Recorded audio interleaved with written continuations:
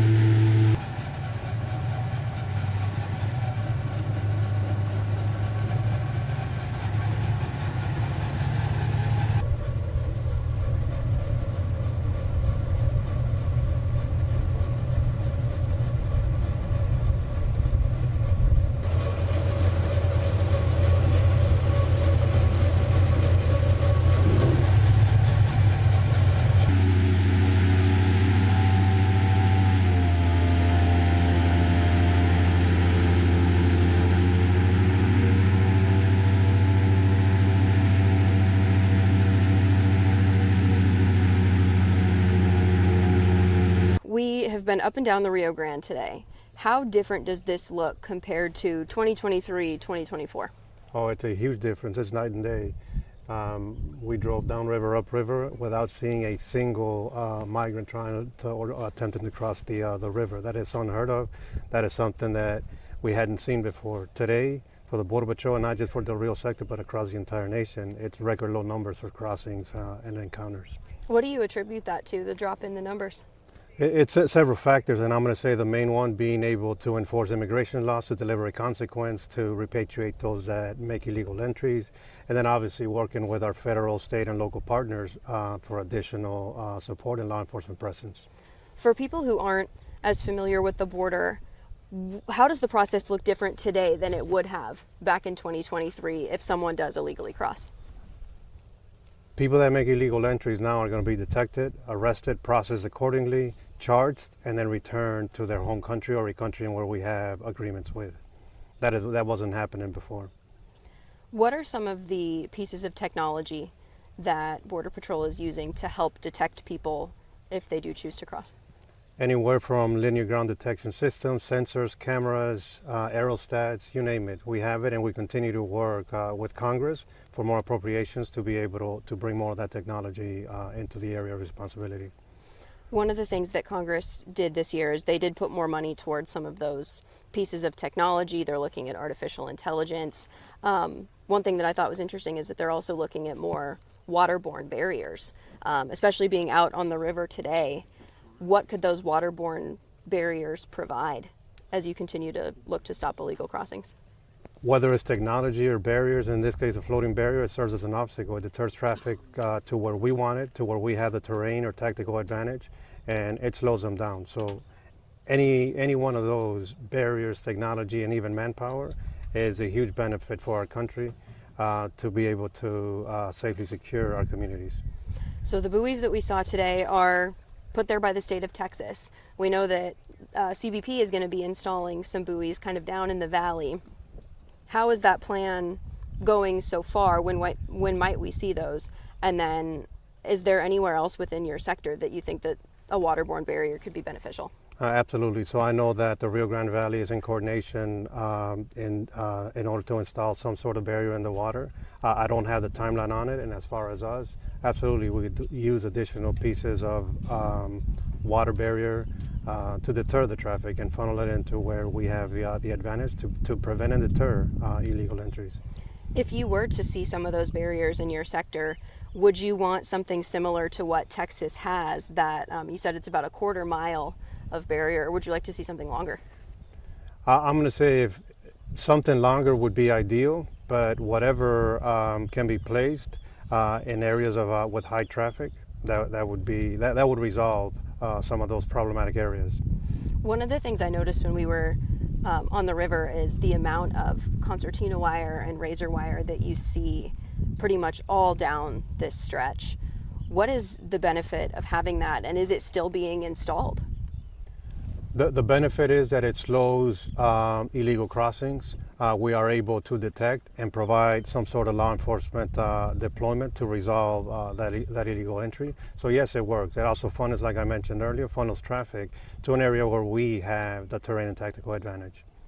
So we were here in 2023 when it feels like there were people being brought in for processing every few minutes. Obviously a very different scene today. What was that like for you to go through 2023, 2024 when you were seeing groups of hundreds of people come across at once? It is overwhelming, but I can tell you our workforce is resilient. They get the job done no matter what, whereas working in the middle of the night, day, it didn't matter. Holidays coming up, and if you recall that week leading up to Christmas, that is when we hit an all-time high for encounters for apprehensions, when we averaged 4,500 over a 3-day span. And our agents got the job done. Not easy, but hey, we took on that challenge and find a way to resolve. There was a time where Eagle Pass was considered ground zero for illegal immigration. How would you sum up the scene here today? No, this is a lot different, and absolutely, if you recall back in 2023, this was the busiest illegal crossing point in the entire nation to where we sit today with a very low number of crossings. I mean, I can honestly tell you that the border is a lot more secure today, and that in turn, our communities are a lot safer. What do you think the future of border security looks like in terms of technology, barriers? I'm all for it, and I think we're on the right path with a combination of barriers, infrastructure, and manpower to continue to secure our nation. Is there anything that you would want people to know about just the difference between what we were seeing before and what we saw as we went up and down the river today? We're going to continue to do our job, and I can honestly tell you that our agents are resilient, like I mentioned before. They're going to get the job done no matter what. But if we do get the right manpower, the infrastructure, barriers, technology, again, it benefits the entire country. Are there any projects in the congressional spending package that you are most excited about for this sector? What do you think is going to help the most? Well, a lot of the detection technology and send an enhancement to some of our checkpoints to keep our agents safe and continue to facilitate the flow of traffic, and some of the detection technology as well. What is out there right now in terms of detection? I feel like even 5-10 years ago, we wouldn't have been able to imagine some of the things that we're able to do today.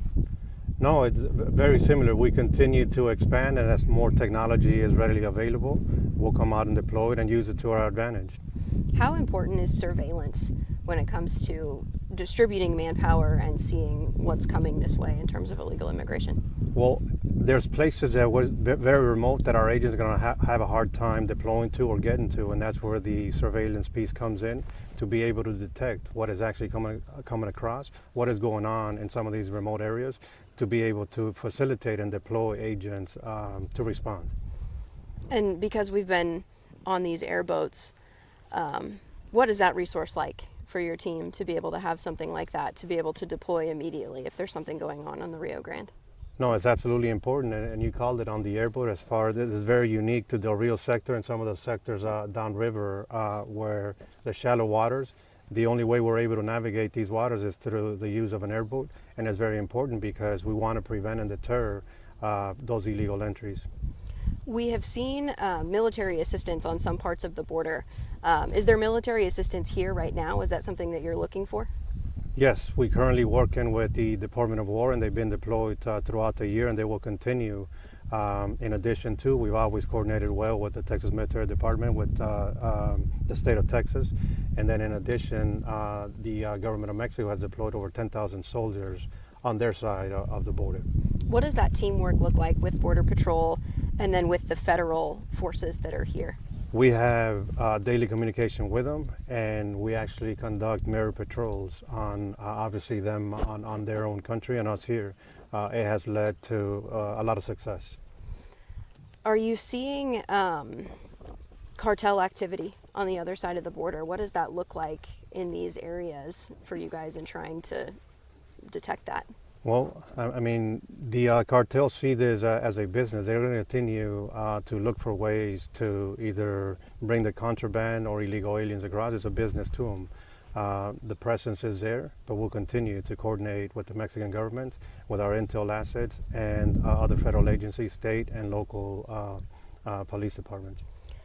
Because detection is so high right now and there are so few people crossing, would you say that you're seeing more kind of bold or creative attempts for people to get across? Like, are they trying things that maybe they wouldn't before because you can't just walk in? We have seen, and the majority of the illegal entries now are what we call active traffic. They are no longer giving up. They're going to fight, they're going to resist, they're going to run, and it puts our agents and our community in danger because these are criminals that are looking to further into the country, and we don't know what their plans are. How do you combat that? Again, continuing to train, to deploy our workforce, to give them the technology and the equipment that is necessary. All right. Anything else you want people to know? I want people to know that the border is closed and has been for a very long time. Don't listen to the smugglers, to the criminal organizations, because if you come across, you will be arrested, processed, and returned back to your native country. We are back on land, and that is it for this week's Texas Border Watch. You can read more about this trip on our websites, news4sanantonio.com and foxsanantonio.com. We'll see you next week.